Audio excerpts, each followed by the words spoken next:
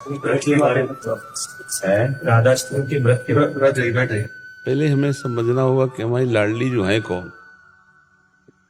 महाप्रेम समुद्र का सार रूप, और वो केवल प्रेम प्रकाशन के लिए ही प्रकाशित हुई है। सत प्रेम सिंधु मकरंद रसौग धारा, सारा नजस्रमभिता स्रवदाश्रितेषु। श्री लाडली जी के चरणों का जिसने आश्रय लिया, प्रेम समुद्र में डुबो दिया। प्रेम समुद्र कौन है? लालजू। और प्रेम समुद्र का सार कौन है? लाडली जू। लाडली जू का सबसे बड़ा व्रत है प्रेम, जिससे आधीन की हुई है लालजू को।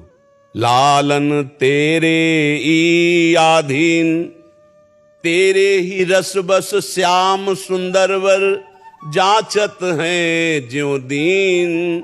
लालन तेरे ही आधीन, सुनरी सखी हो साची कहत हो, तू जल है ये मीन। लालन तेरे ही आधीन। जागतिक जो साधनात्मक व्रत रखे जाते हैं, जैसे हम एकादशी व्रत रहते हैं, जन्माष्टमी व्रत रहते हैं, ऐसे ही जैसे राधाष्टमी व्रत की बात, ये राधाष्टमी व्रत मात्र केवल प्रेम प्राप्ति, प्रेम। यहाँ लौकिक व्रतों का कोई भी अनुष्ठान पहुंचाने में सामर्थ्य नहीं है। इसलिए यहाँ एक व्रत, एक नियम, एक आस, एक विश्वास, गोरे चरणारविंद का आश्रय लेकर निरंतर राधा नाम में डूबना।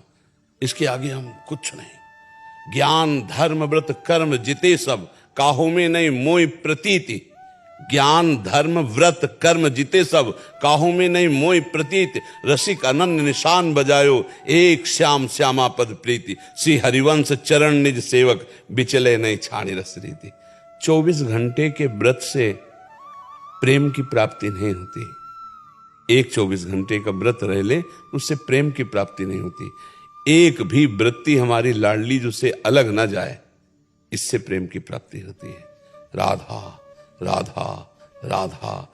एक क्षण भी गोरे चरणारविंद का चिंतन न छूटे, एक भी क्षण लाडली जू का भरोसा ना, हमारे माई श्यामा जू को राज भरोसा ना छूटे। मेरी महारानी श्री राधा रानी, हम इसी व्रत की महानता समझते हैं, जो आजीवन एक व्रत एक भरोसा एक, उसके हृदय देश में किशोरी जू का प्रादुर्भाव हो जाता। श्री राधिका इस व्रत में हृदय के निकुंज, नारायण या गौर श्याम को हृदय निकुंज बसाइए। वृषभानु भवन में जो प्रकट हुई, उनके लिए जो व्रत की बातें हैं, वो तो साधारण ग्रंथों में भी वर्णन है, लेकिन असाधारण जब हमारे इस हृदय रूपी कुंज में लाडली जू का प्रादुर्भाव हो, तब हम समझ पाएंगे कि हमारी प्रिया जू क्या है। जो वैदग्ध सिंधु अनुराग रसैक सिंधु, वात्सल्य सिंधु रति सांद कृपैक सिंधु, लावण्य सिंधु रमृत छवि रूप सिंधु। श्री राधिका स्फुरत में हृदय केल सिंधु। मेरे हृदय रूपी सिंधु में मेरी महारानी जो प्रकाशित, इसके लिए प्रेम व्रत है।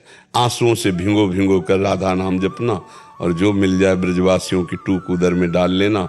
लाडली हा प्रिया हा किशोरी, इस व्रत से प्रिया जू की प्राप्ति होती है। और लौकिक व्रतों में तो प्यारे जू के जन्म के उत्सव मनाते ही हैं, उनको प्राय सब जानते ही हैं। व्रत जो है अनन्य व्रत रखकर उनके चरणारविंद में, और पूरे जीवन की एक एक वृत्ति, एक एक श्वास, एक एक मिनट उनके चरणों में समर्पित कर देना, इसी से प्यारे जू की प्राप्ति होती है। अब जैसे कोई जन्माष्टमी में ऐसे रहते हैं, भूखे रहे 12 बजे, और 12 बजे के बाद इतने पकवान, इतनी वस्तुएं पाले, बोले हमारा व्रत हो गया। हम इन व्रतों का कोई खास महत्व नहीं रखते हैं।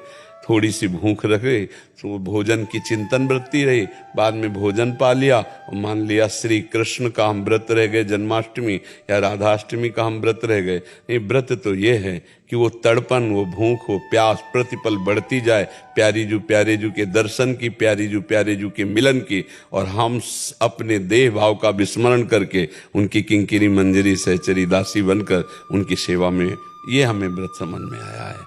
आठों पहर उनके चिंतन में डूबना। और व्रतों में जो श्री जी के व्रतों में तो साधारण व्रतों का तो सब कोई जानता है कि भाई दूध फल आदि का आहार करके, और हम लाडली लाल के लिए एक दिन रहे, इसका हमें कोई खास महत्व नहीं।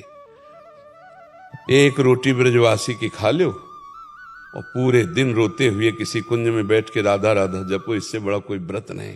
हमारी जो पकड़ आई है, हमारी जो पकड़ आई है कि कूटू का पूड़ी, सिंघाड़ा का हलवा, ये हमारी श्री जी के प्रसन्नता के हेतु तो नहीं होंगे।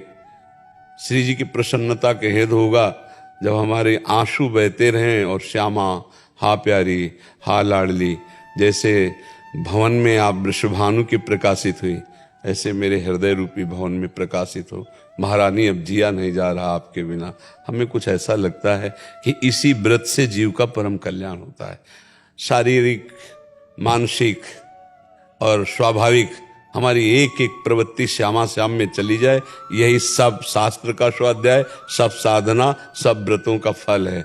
अगर ये फल ना आया तो सो सब धर्म कर्म जरि जाओ, जोग कुजोग ज्ञान अज्ञानु, जाने राम प्रेम परधानु। प्रेम नहीं प्रकट हुआ तो जीवन का कोई लाभ नहीं। क्यों महाराज, आपकी क्या इसमें राय है?